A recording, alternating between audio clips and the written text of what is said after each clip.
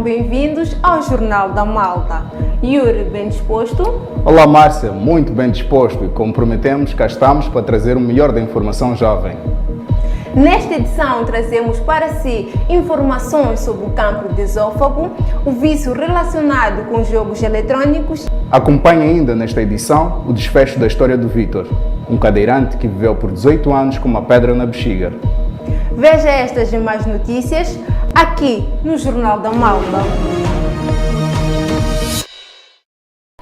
18 anos de uma vida resumida numa cadeira de rodas e convivendo com uma pedra na bexiga. Na reportagem da semana, contaremos a história de Vítor, as suas batalhas rumo a uma vida tranquila. Acompanhe. Há 4 meses, o Jornal da Malta contou a história do Vítor, um homem que vive dependente de um tubo para satisfazer as suas necessidades menores, como consequência de uma queda durante as cheias de 2000. Hoje, 18 anos depois, você verá o desfecho dessa história. Mas antes, vamos lembrar como tudo começou. Uma chuva que não sai da memória dos moçambicanos. Destruiu casas, causou mortes e aos que sobreviveram deixou marcas para a vida toda. Tal aconteceu com Vítor, homem de 53 anos, natural de Choco, que depois das cheias de 2000 tornou-se dependente de uma cadeira de rodas. Quando houve as cheias de 2000, caía num sítio assim. Então, bebia muita água. Depois de ter caído do teto, foi socorrido por um homem que não conhecia. Mas o pior tinha acontecido. A água ingerida comprometeria o seu futuro. Não tardou e vieram os sintomas. O inchaço no lado direito do abdômen era sinal de algo grave e precisava de uma intervenção urgente. Passando uns dias, sentia aqui, até agora dói, sentia um inchaço. Quando eu fiz assim, estava a doer. Então, fui até o hospital. Já não me achava. As dores eram cada vez mais insuportáveis. A cada dia, a barriga inchava e no hospital as notícias eram desagradáveis. O médico alertou sobre a possibilidade de Vítor desenvolver uma doença na bexiga, mas era prematuro adiantar o diagnóstico. Ele lembra de tudo que aconteceu na cama do hospital. Tem uma coisa que o doutor faz. Quando tem uma barriga cheia de lixo, ele fura. Quando furou, eu tirei muita necessidade. Foi imediatamente transferido para o Hospital Provincial de Xai-Xai, onde foi submetido a uma lavagem na bexiga para evitar problemas no futuro. Mas foi tudo em vão. O diagnóstico foi confirmado. Hoje, Vítor convive com pedras na bexiga. É para eles me abrir ali, para eu ver as pedras. O xixi sai da barriga para balão. Há 18 anos que este homem vive na incerteza de dias melhores. Abandonado pelos filhos, ele depende do Instituto Nacional de Ação Social, que serve refeições 3 vezes por semana e da boa vontade das pessoas. Basta eu encontrar com uma pessoa, eu me dou 10. Quando ele me dá dou 5. Uma pessoa me deu. Compro pão, beber água primeiro. Depois de um longo processo que envolveu o Instituto Nacional de Ação Social, Delegação de Maputo e Choque, no sentido de tratar a transferência do Vítor para o Hospital Central de Maputo, o Media Lab deslocou-se até o distrito de Choque, onde registrou o momento da saída até Maputo. Acompanhe. 5 meses depois, estamos de volta ao distrito de Choque, especificamente à casa do Vítor, e desta vez com uma notícia agradável, a possibilidade de Vítor ver a sua vida mudar através de um tratamento que vai receber no Hospital Central de Maputo. Esta notícia não é só agradável para o Vítor, mas principalmente para quem com ele divide este sofrimento diariamente.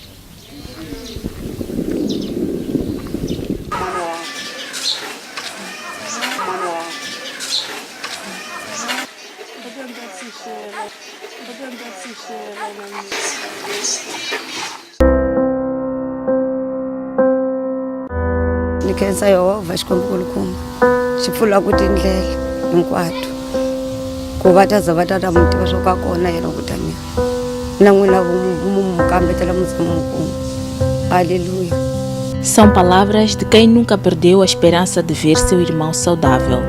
Vitória conta que, para além da deficiência física com a qual nasceu, Vitor nunca teve uma vida próspera. Swa karhateka swa yena vutomi lebyi bya mina nyamuntlha wa vabya mundzuku a nga pfuki mundzuku wa vabya loko a ku vabya hambi mina u vabya. Apesar do longo período que ficará distante do seu marido por questões financeiras, Lúcia espera que Vitor regresse a casa curado. Mukombelele mina ni kombela leswaku a ya atenderiwa a hanya mavabyi lama ma xanisaka ngana ma mu xanisa. Sem condições financeiras para sobreviver e tratar da sua doença, Vitor é assistido pelo Instituto Nacional de Ação Social desde 1998, onde se beneficia do apoio social direto. Ele apresenta situações de dificuldades de locomoção, dada a situação de doença dele. Então, nós achamos por bem levar a ele, transferir a ele para o programa Apoio Social Direto, onde recebe uma cesta básica contendo produtos de primeira necessidade. Para além do apoio social direto, Vitor é assistido pelo Centro Aberto, onde se encontram também 392 idosos carenciados, alguns dos quais com deficiência física. No centro, são realizadas várias atividades como costura, tecelagem, agricultura e alfabetização, com o objetivo de ocupar os idosos. O apoio social direto será prestado também em Maputo. O Instituto Nacional de Ação Social, Delegação de Chokwe, em articulação com o Instituto Nacional de Ação Social, Delegação de Maputo, garantiu que vai prestar assistência a Vitor durante o seu internamento no Hospital Central de Maputo. O que nós temos a fazer é garantir que, de fato, havendo necessidade de ir ao hospital, nós criarmos condições de transporte. E também fazer esta ponte com a delegação da cidade de Maputo, no sentido de fazer o acompanhamento e perceber o que mais necessita para além do tratamento hospitalar. 12 horas. Chegava a hora de Vitor se despedir da família. Entre lágrimas e orações, confiavam o caminho do chefe da família a Deus, na esperança de que dessa viagem Vitor volte com uma batalha vencida.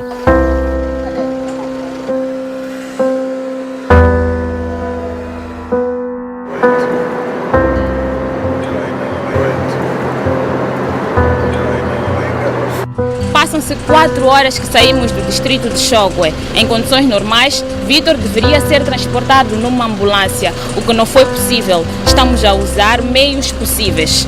Agora começa uma nova fase, que é a do diagnóstico. O Jornal da Malta vai acompanhar este processo até o seu desfecho. No banco de socorro, foi submetido a um exame físico de acordo com o seu histórico clínico. Para o caso do Vitor, ele é um paciente com historial já de um tumor operado em 2012 de testicular. Então, que pela história que ele relatou, deu para perceber que ele continua bem, está com retenção urinária, né? Por causa provavelmente seja algum processo obstrutivo. Okay? Sequelas daquele tumor que ele já tinha. Do banco de socorro, foi encaminhado para o departamento de urologia, onde durante 2 semanas foi observado para confirmar o diagnóstico. E foi confirmado.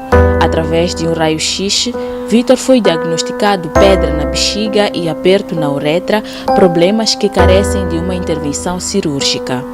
Vitor sofre de uma doença que afeta cerca de 10% da população e em 95% dos casos, a doença afeta mais o sexo masculino na proporção de 3 homens para cada mulher. Cálculos na bexiga são massas duras de minerais que se concentram na bexiga. Também chamadas de pedras na bexiga, os cálculos se desenvolvem quando há obstrução na saída da bexiga, fazendo com que os minerais presentes na urina se cristalizem naturalmente. Os cálculos na bexiga provocam dores tão fortes que, em alguns casos, é acompanhada de dor na região lombar e se irradia para a região pélvica, vulva ou testículos e desconforto no pênis. A cor da urina pode ser alterada ficando mais escuro, seguido de dor para urinar. Visitamos Vítor um dia antes da cirurgia. Ansioso, mostra-se otimista. Quando o dia de chegar, morrer, não há de ser na operação, na sala de operação.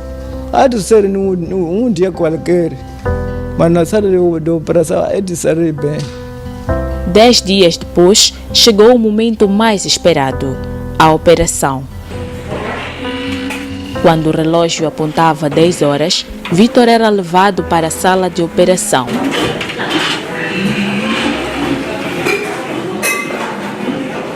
Pensativo e muito calmo, obedece às instruções da equipa médica.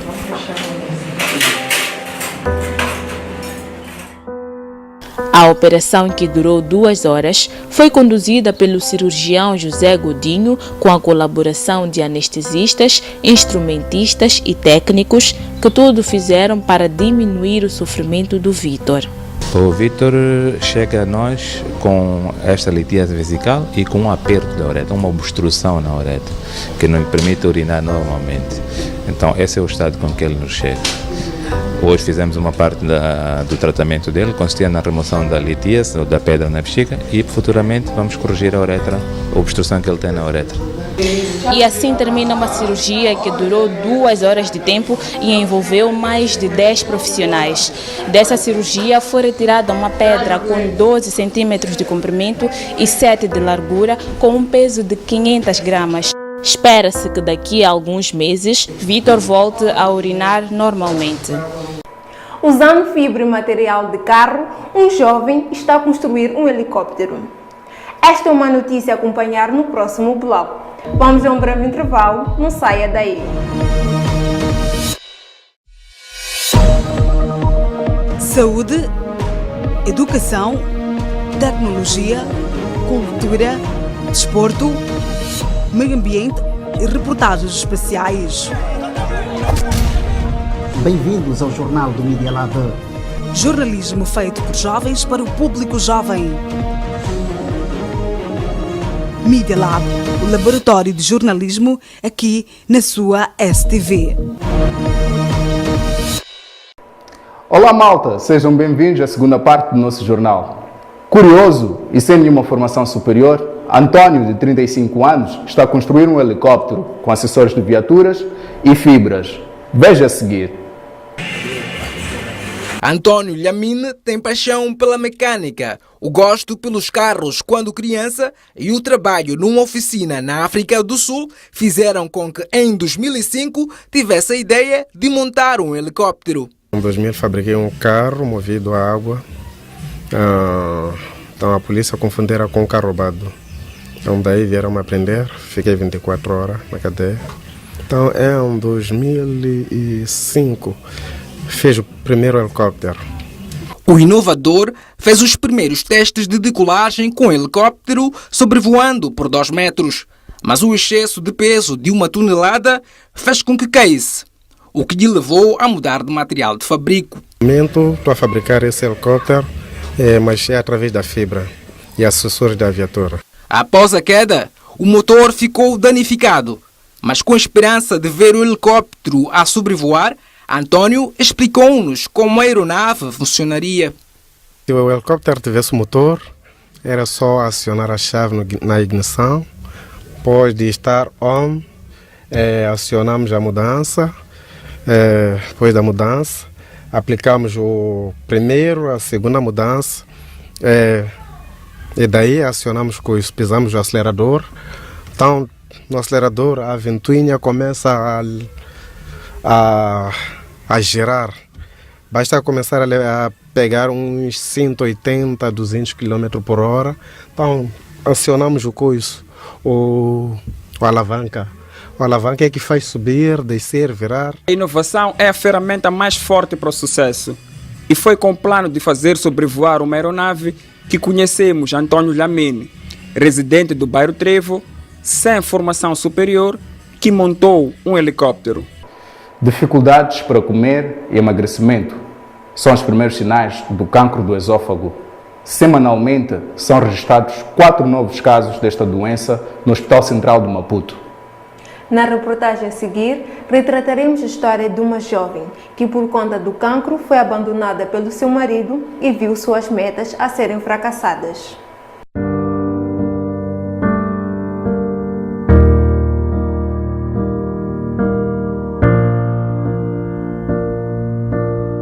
Perdeu peso, autoestima, amigos e quando pensou que já estivesse na pior, o marido lhe abandonou. Era uma moça gorda, estudiosa, sempre estava no lar, meu marido me abandonou. Se não fosse doença, ele estaria ao meu lado. Essas são as sequelas que o cancro de esôfago deixou na vida de Isaura, nome fictício. O esôfago é um tubo que liga a boca ao estômago. Então, este tubo, que é um tubo onde permite o trânsito do alimento, pode crescer um tumor, uma massa lá. É essa massa que pode ser um cancro do esôfago. Segundo dados da Organização Mundial da Saúde, o tumor de esôfago é o 6º mais comum entre os homens e o 10º quando considerados ambos sexos. Nós estamos muito mal aqui no Espaço Central de Maputo. Neste momento, estamos a receber pelo menos 4 doentes por semana. Anualmente, são identificados mais de 450 mil novos casos deste tumor a nível mundial. Um dos sinais da doença é a dificuldade para comer. E nos casos mais graves, o tumor inibe a passagem de líquidos, tal como aconteceu com Isaura. A comida não passava. Quando sempre comia, lançava, sem saber o que se passa. A água só tomava através de uma tampinha. O diagnóstico foi tardio. As primeiras consultas e medicações não surtiram efeitos positivos. Não acusava nada, só me dava medicamento e também parava medicamento. As causas do cancro de esôfago ainda não são claras, mas o médico avança as mais suspeitas.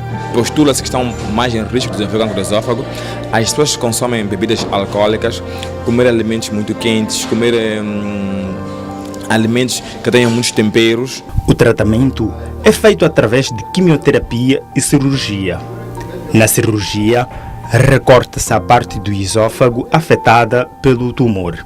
Quando os gente vem ter conosco, nós propusemos uma operação, que é irmos retirar o cancro do esôfago e pegamos o estômago e colocamos na caixa torácica e juntarmos a parte remanescente do esôfago que restou. Mas também temos que saber que para um doente ser operado tem que estar ótimo, tem que estar em condições de ser operado. Grande parte dos pacientes que dão entrada no hospital apresentam-se fracos e sem condições para serem operados, visto que o tumor no esôfago não permite a passagem dos alimentos. Para tal, os médicos introduzem um tubo no estômago que permitirá ao paciente se alimentar através de uma seringa até que o mesmo tenha condições de resistir à operação de retirada do tumor. Tem casos graves em que o tumor localiza-se numa área que afeta outros órgãos, para além do esôfago. Fazendo a operação, é assim, nós não vamos conseguir separar o tumor destes órgãos aqui. Então não corre sérios riscos. Então o tumor tem que estar numa localização e num tamanho em que nos permite podermos operá-lo. É comum doentes que tiverem cancro de esôfago reclamarem de mau hálito, sentirem-se mal depois de comer certos tipos de alimentos. O médico recomenda que se evite o consumo de bebidas alcoólicas e alimentos com muito ácido. Na entrevista da semana, saiba mais sobre o projeto Eco Carvão. Olá malta, sejam bem-vindos a mais um espaço de entrevista. Hoje recebemos Sebastião Conana, fundador do Eco Carvão, mestre em finanças pela Universidade Internacional de Negócios da China. Olá Sebastião. Olá Luísa, obrigado pelo convite. Nós é que agradecemos. Quando é que surge a ideia de criar o Eco Carvão? Talvez começar a dizer, Eco Carvão é um carvão ecoamigável que é usado para cozinha, para fazer grelhados e também na área industrial. A ideia surge quando notei que mais de 85% da população moçambicana utiliza carvão e lenha para confeccionar os alimentos e o seu processo de produção tem contribuído muito para a degradação das nossas florestas naturais devido ao método informal que é usado para produzir-se o carvão e a lenha. Se diz que 85% da população moçambicana usa carvão ou lenha. O que tem feito para chegar a essas comunidades? A ecocarvão, primeiro na produção. O que a gente faz? Em vez de abatermos a árvore, usamos a biomassa e reciclamos. E começamos com a casca de coco e agora estamos a conseguir nos mover para mais outra matéria-prima que são restos das seleções de madeira, os restos de cana-de-açúcar, aquilo que chamam de bagaço. E o processo é inclusivo desde a produção e as vendas. O que é que nós temos feito? Produzimos um carvão ecoamigável e mais acessível para vender às populações. Qual é a quantidade de carvão que é produzido atualmente na fábrica de carvão? Sim, atualmente nós temos capacidade de fazer até 6 toneladas mensal, mas estamos a montar uma nova linha, já estamos nas fases de negociação, já localizamos o investidor, em que vamos fazer 20 toneladas por dia. Sebastião, vejo que é preocupado pela questão do meio ambiente. Para além de desenvolver a atividade do ecocarvão, tem outros projetos em vista para a preservação do meio ambiente? Bem, a parte do ecocarvão é um projeto longo termo e ele sozinho é muito grande. É muito grande em que termos? Para nós cobrirmos o consumo de combustíveis lenhosos no país, vamos consumir tudo o que é biomassa e iremos precisar, para além do lixo, vamos precisar talvez de criar mecanismos de reflorestamento, criação de florestas artificiais inteiras que não estejam a ser usadas. Esse é o próximo plano na ecocarvão. Depois de instalarmos as unidades, nós vamos criar mecanismos de termos florestas artificiais em reflorestamento. É um dos próximos passos. E, bem, também como artista plástico, faço obras de arte em metais reciclados. E essa é uma... Sebastião, quando podemos ver a produção de ecocarvão em grande escala no país? Estamos já na fase final dos desenhos com os engenheiros para a primeira unidade grande de 20 toneladas por dia. Essa será uma das maiores unidades que vai poder ajudar para a criação da segunda unidade e a terceira unidade em diante. Então, a parte de localização do investidor, o financiamento já está finalizada e até final deste ano já teremos ecocarvão em grande escala no país. Muito obrigada por aceitar fazer parte do nosso espaço de entrevista. É dessa forma que terminamos nosso espaço de entrevista, com promessa de cá voltarmos daqui a 7 dias. Vamos a um curto intervalo e voltamos já. Não saia daí.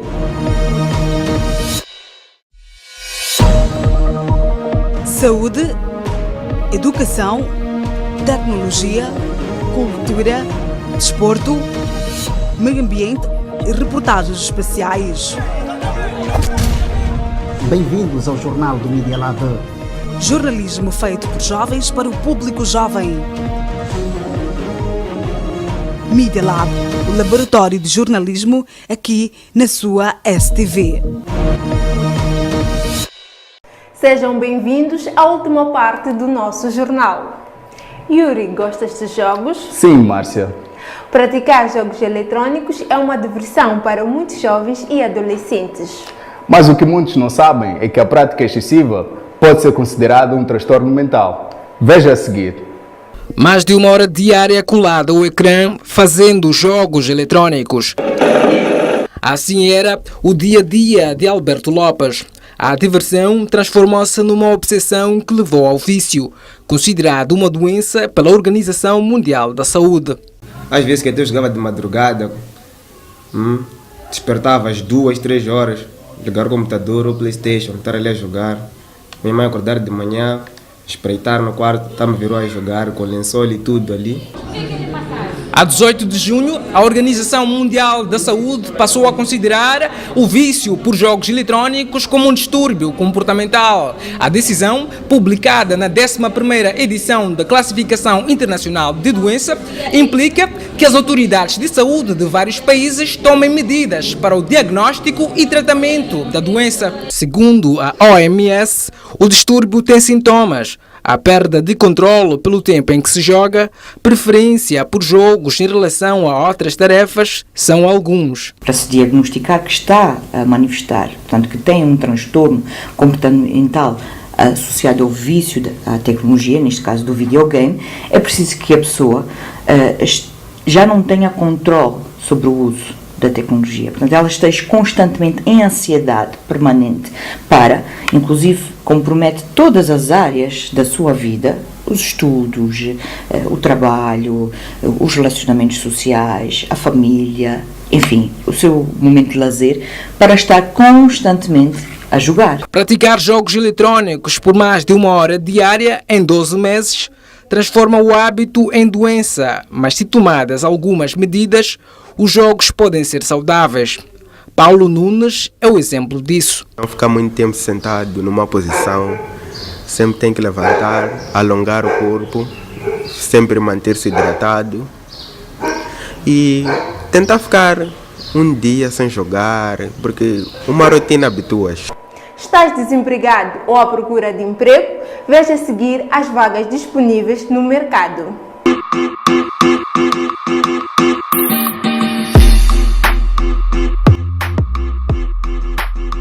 Olá, malta! Sejam bem-vindos a mais uma rubrica Emprego do Jornal da Malta. Acompanhe aqui as principais vagas de emprego que o mercado oferece. Então, vamos a isso! Começamos pela região norte do país, concretamente na cidade de Nampula. Há uma vaga disponível para um metalúrgico. Para ocupar esta vaga, o candidato deverá ter uma formação em metalurgia e ter habilidades de trabalhar em equipa. Ainda na província de Nampula, mas agora na cidade de Nacala, há uma vaga disponível para um assistente administrativo. Para ocupar essa vaga, o candidato deverá ter o ensino médio completo. E ter experiência na área de recursos humanos será uma vantagem. Do norte, rumamos para o centro do país, concretamente na província de Manica, onde há uma vaga disponível para um assistente de vendas. Para ocupar essa vaga, o candidato deverá ter a 12ª classe concluída e uma carta de condução válida. Do centro, viajamos para o sul do país, concretamente na cidade de Maputo, onde há disponível uma vaga para um técnico de redes. Para ocupar essa vaga, o candidato deverá ter uma especialização na área de informática e telecomunicações. E por fim, viajamos para a cidade da Matola, onde há disponível uma vaga para um técnico de logística. Para ter acesso a essa vaga, o candidato deverá ter domínio em tecnologias de informação e ter formação em gestão ou contabilidade.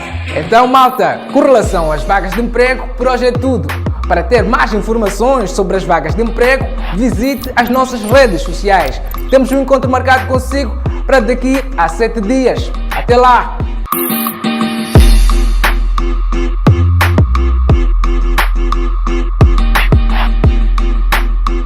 Para descobrir novos talentos e levar o teatro aos bairros, jovem formado em teatro cria projeto Teatro em Casa. Para além do humor, o teatro incentiva o cidadão a questionar a realidade. Mas a dificuldade no acesso às salas de teatro é um dos desafios para os atores. Jovem formado em teatro cria o projeto Teatro em Casa, com o objetivo de levar a arte aos bairros. Para fazer uma apresentação de teatro nas salas de teatro é preciso marcar, é preciso pagar e isto grande parte dos grupos amadores não tem condições para fazer.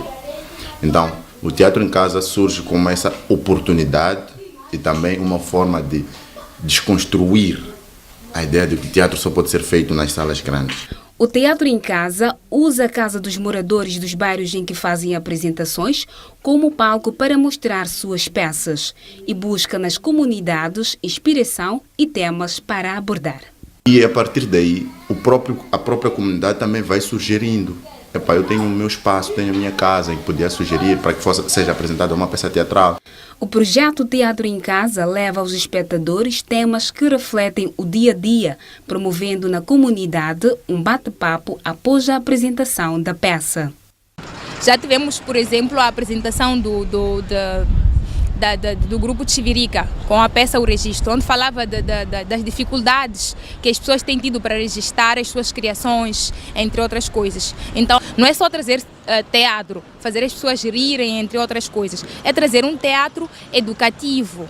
Teatro em Casa foi criado em 2017 e tem 12 membros que atuam nos bairros de Laulane, Ferroviário, Matola e outros.